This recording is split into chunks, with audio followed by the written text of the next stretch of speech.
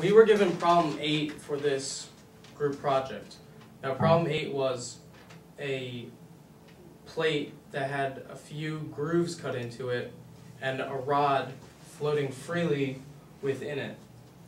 Now we deemed that there's general plane motion because the rod falls vertically and it rotates as it goes down. We were looking for the alpha of the whole rod as well as the reaction at point B.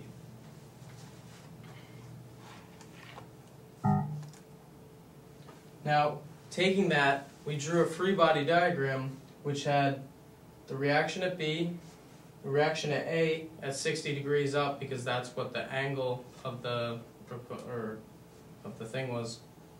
The rod was 2.5 feet. We had the weight and the center of gravity. And using these the free body diagram, we can make about 6 equations from that. First, we can make the equations.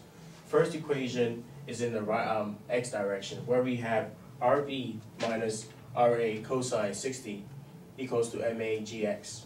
And in the y direction, total y direction, we have RA times sine of 60 minus the weight equals to MA GY. And then taking the moment at it's supposed to be a moment at A, right?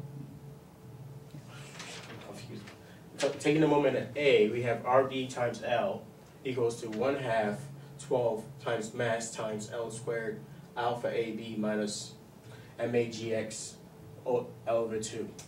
And then, since we found that we had still a number of unknowns and our equations were not sufficient enough, we then implemented and used the relative acceleration equations, where we have AG equals to ABY minus L over 2 alpha ABX, and AG equals to AA plus L over 2 alpha AB times X plus AY, A in the XY direction, and AB equals to A plus LAB in the X direction plus AY, A in the Y direction.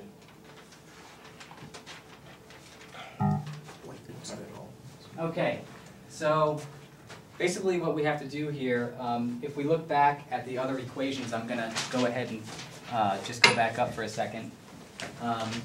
So our main problem here is that we have way too many unknowns. And what we see is that we have linear acceleration in the x, linear acceleration in the y, and linear acceleration in the x in our moment equation. And so what we said to ourselves was, if we can eliminate the linear accelerations or put them in terms of alpha, the angular acceleration, then we reduce our number of unknowns to 3, and we have 3 equations. And so since our relative acceleration is a function of alpha, where when we equate the coefficients, we can get that the x component or the y components are a function of alpha, that was natural to proceed that way. So go ahead and...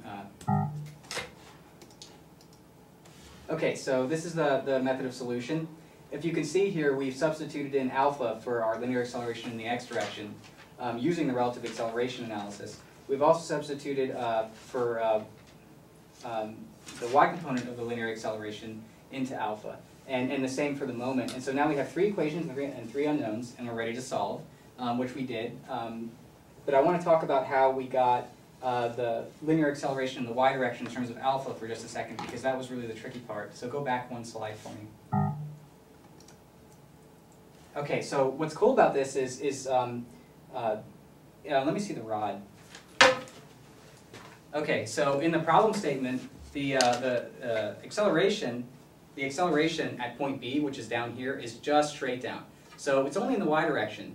Therefore, the linear acceleration in the x direction does not exist. It's 0. And because it's 0, and go back a slide, right there is good. What we have here, using the relative acceleration, we see that the x component of the acceleration at B is the acceleration at A plus L alpha AB. But you know that there is nothing in the x direction, like I said. So we basically just set that equal to 0 and solve for the linear acceleration at A. And if you look at this, the acceleration at G in the y direction equals the acceleration at B. And over here, it also equals the acceleration at A. So the linear acceleration at A equals the linear acceleration at B, which equals linear acceleration at G. And so we found the linear acceleration at A in terms of alpha, and with trig, now go back a slide. Yeah, one more. And with trig, we were able to get the linear acceleration, the y component in terms of alpha, which you see there. And so solving for it, we get all this mumbo jumbo, where basically we get alpha AB equals 4.829 times the reaction at B, and our final answers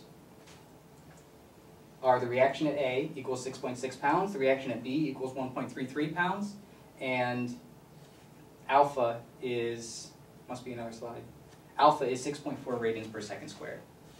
So that was it. Tricky part was how to get linear accelerations in terms of alpha, and once we did that, we're done.